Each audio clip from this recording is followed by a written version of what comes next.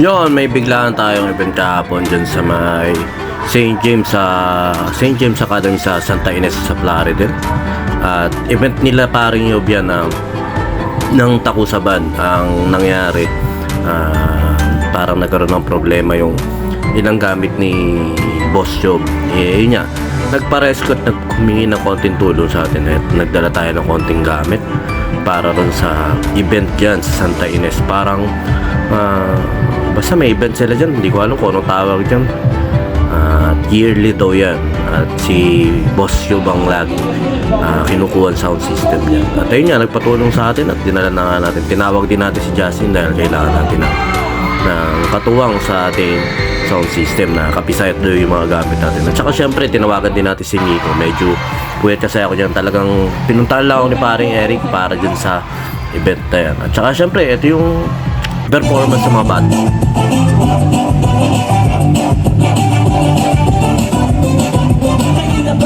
Pinagmamasdan, bawat dalaw sa saling makawit tinitingnan, giling aking sinusundan, kahit saan makarating ay aking sasabayan. Bakit di ka lumapit sa'kin at hawakan mo? Aking kamay mo ba yan? Sige, subukan mo. Hindi na lalaki na siyang pinapangarap ko. Mayakan at pakasayang sa tarahanan ko.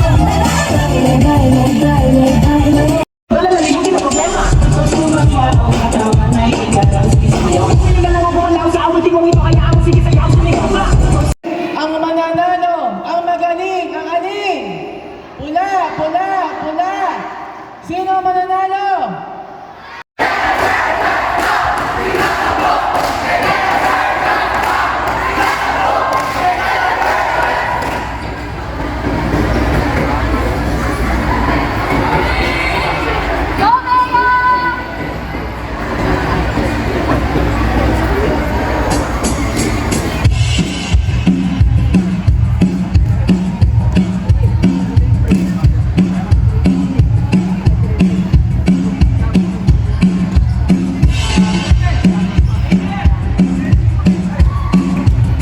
At yun na nga, saglit na parang dance contest lang yan ng mga high school. 6 group lang naman yung nag-participate, bali.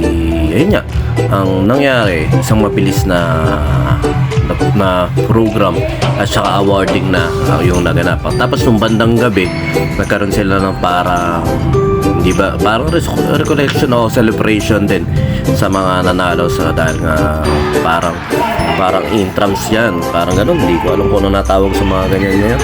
Tsaka basta masaya yung crowd, napakasaya ng atmosphere dyan dahil syempre ang mga kabataan, nakita nyo naman mga energetic at napakasarap ng atmosphere ng pagiging bata. At saka yun nga, halos ginabi na yun hanggang 12 ng gabi. Pero kagandahan dyan, nag-setup na kami dyan sa gym. Pagkatapos ng event na yan, nag-setup pa kami dun sa labas at ito yung venue ng labas. Pagkatapos nung parang recognition o parang pagbibigay ng awarding. Tapos yan, nag-setup na kami, medyo open naman siya. Pero pasalamat tayo hindi naman umulan. At saka niya, para meron silang camping, bonfire, tapos may mga tented yung mga estudyante. And ang sarap sa experience sa mga bata. At saka may tumugtog na taga St. Dominic School dyan na napaka-solid din. At ayun nga, medyo madami rin sila. Maraming singer, maraming syempre talent. Napakagaling ng babaeng mag-drums. Talagang solid na solid. At saka natry ko yung drum set na pedal nila. Ang taas ng tension, ang tigas ng tension, pero ayun naman saludo naman dahil nga napaka-solid ng performance sa mga bata. At saka ayan, syempre simpleng setup lang natin, basic setup lang natin. At yung drum set dala nila, at saka yung bass amp kay paring kay paring Yob yun, at saka yung mga guitar amp kay paring Yob yun.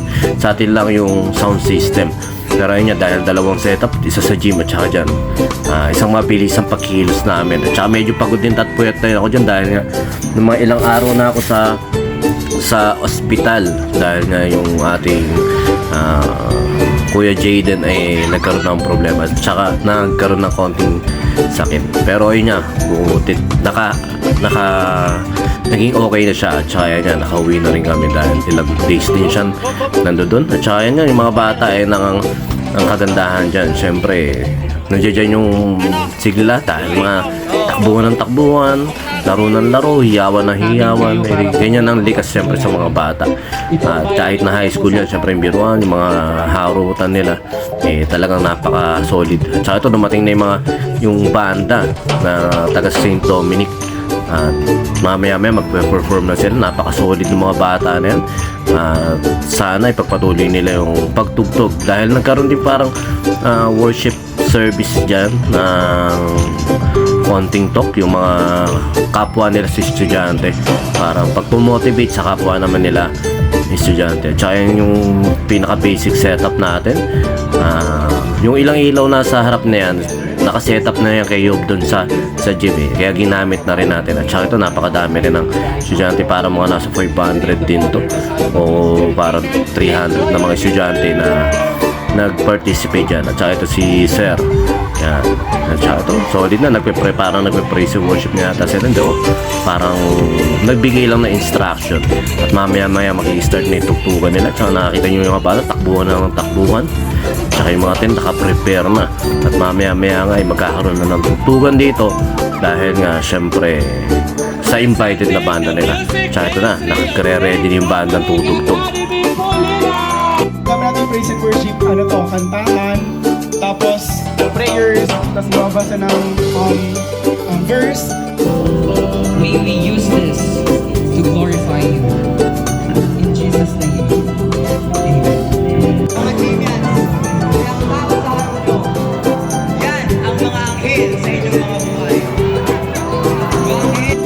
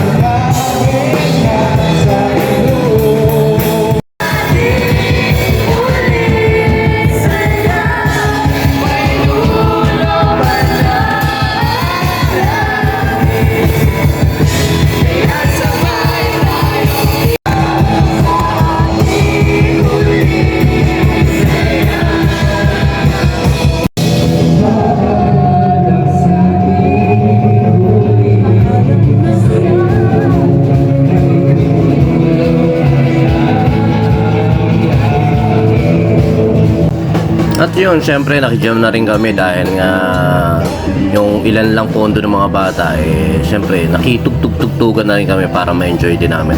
At napakasarap din mag-perform sa harap ng mga kabataan na ganyan. Medyo limitado rin syempre yung oras dahil may mga iba-ibang program, pero nag-enjoy kami at lalo na ako nag-enjoy ako kahit na syempre yung hindi natin gamay masyado yung pedal, hindi natin masyadong gamay yung cymbals, pero talagang solid. At saka yun, nag-bonfire na sila, parang nagkantahan sila ng hymn ng tungkol sa school nila dyan. At napaka-solid yung moment na yan. Kumbaga sa mga kabataan, sabi nga, pinakamasarap na experience sa pag-aaral ay high school. Yung kumbaga wala pa masyadong stress, talagang aral lang. Nakita nyo naman, nag-enjoy din yung mga kabataan. At ito na yung parang party-party ng konti. Kung ano-ano mga pinire-request na nila, puro kabudusan lang na.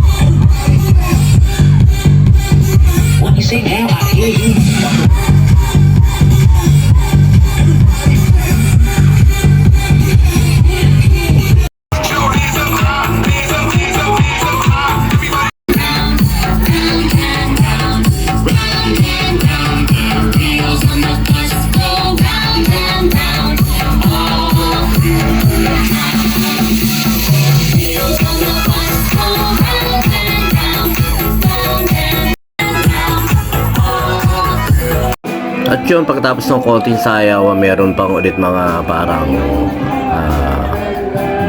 mga banda ng school dyan na talaga nag-perform pa. Parang jam-jam na lang.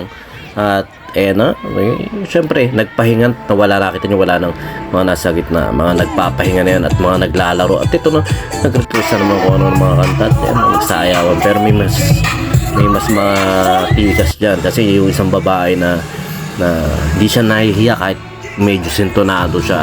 Pero siya talagang nag-survive nung gabi na yun. Nagkakanta ng gano'n. At saka yun nga pala sa mga tropa natin, kailangan ng sound system dyan. Siyempre maraming salamat sa pagre-recommend rin sa amin. At siyempre ito, patapos na itong event ito, maraming salamat kay Yob at kay paring Eric. Napakalaking bagay nun dahil nga meron nga akong konting problema ngayon dahil nga dun sa na-accompany yung Kuya Jayden natin, pero kahit pa paano napakalaking bagay yung last minute na blessing na yan na hindi natin inaasahan. Talagang si Lord hindi ka pababayaan, basta mag-pray ka lang sa kanya. Medyo kasi alarming yung nangyari dun sa baby namin, pero thank you Lord talaga dahil yun, pinatunayan ulit ni Lord yung pagpo-provide niya sa pangailangan natin, tsaka yung especially sa healing na binigay niya sa ating Kuya Jayden. Pagkatapos ng event na yan, binaba ko lang yung gamit at yan, uuwian na rin naman to. Isang mabilis na setup, isang mabilis na pack-up. Kasama namin niya si Miko, masakit ang ngipin, bagong bunot kaya hindi nakapagbuhat, kaya kami ni Justin lang din ang nag-pack-up yan. Pero maraming salamat kay Miko at gumagaling na rin sa pag DJ. At nandito na ako sa Malolos kasi nga babalik ako ron sa para kinabukasan maagang ayusin yung pag-alis ni Jayden sa ospital. Yun, maraming salamat ulit sa pare Eric natin at saka kay Boss Job. Maraming salamat sa inyo. Saka huwag kayong makakalimot talaga magtiwala kay Lord. Talagang ibe-bless kayo at saka hindi kayo pababayaan. Talagang patutunayan nyo na kaya nyo i-provide yung mga pangangailangan nyo. Ayun lang. Thank you Lord kay Lord sa blessing na binigay niya sa atin na yung biglaan.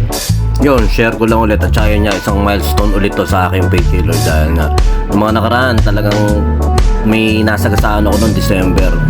Yung December na yun, napunta ako sa presinto.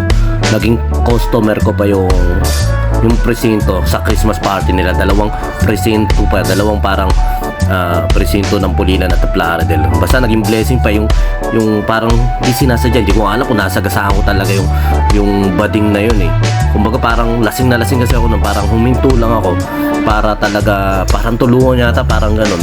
Hindi ko na rin maintindihan. Kasi kung nasagasaan ko siya ng owner nun, talagang siguro mas malaking damage yun. Okay, may nakita man lang akong sugat. Pero ayun nga, nakita ko yun. Kumbaga milestone nga na yung memories na yun na talagang once na may pangailangan ka, minsan yung problema pa nagiging nagiging blessing. Basta yun lang. Basta grateful kasi ako dahil nga sa answer prayer ni Lord niya na talagang pagpapagaling kay Jayden at saka yung pagpo-provide niya ng mga pangailangan natin. Basta yun lang. Hindi kasi kailangan kinaihiya yung mga ganung bagay. Napagpapasalamat sa Diyos yung mga bagay na talagang binigay niya. Dapat pinamamalita yan. Kaya maraming salamat. Basta kayo mga bata kayo, ngayon pa lang, matutunan nyo na kumilala sa manlilika. Kung sino man gusto nyo kilalanin manlilika sa inyo, basta kumilala kayo na may manlilika, na may Diyos na papala sa buhay nyo. Ayun lang.